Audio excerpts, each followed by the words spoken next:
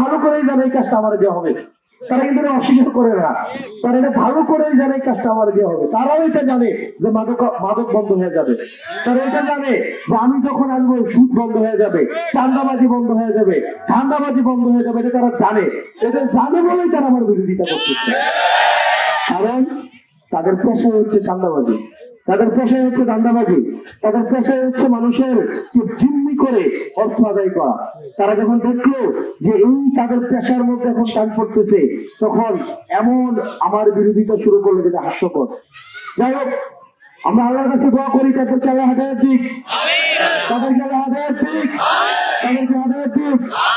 এবং তারা দেখবেন আগামী 12 তারিখ তারা দেখা যাবে অন্য মার্কার মিছিল দিয়া ভোট কেন্দ্রে যাবে, কিন্তু তারা ভোটটা কিন্তু সাপলা গলিতেই দিবে, বুঝলাম। আর তাদের কাছে দাওয়াত নিয়ে আপনার পৌঁছাতে হবে।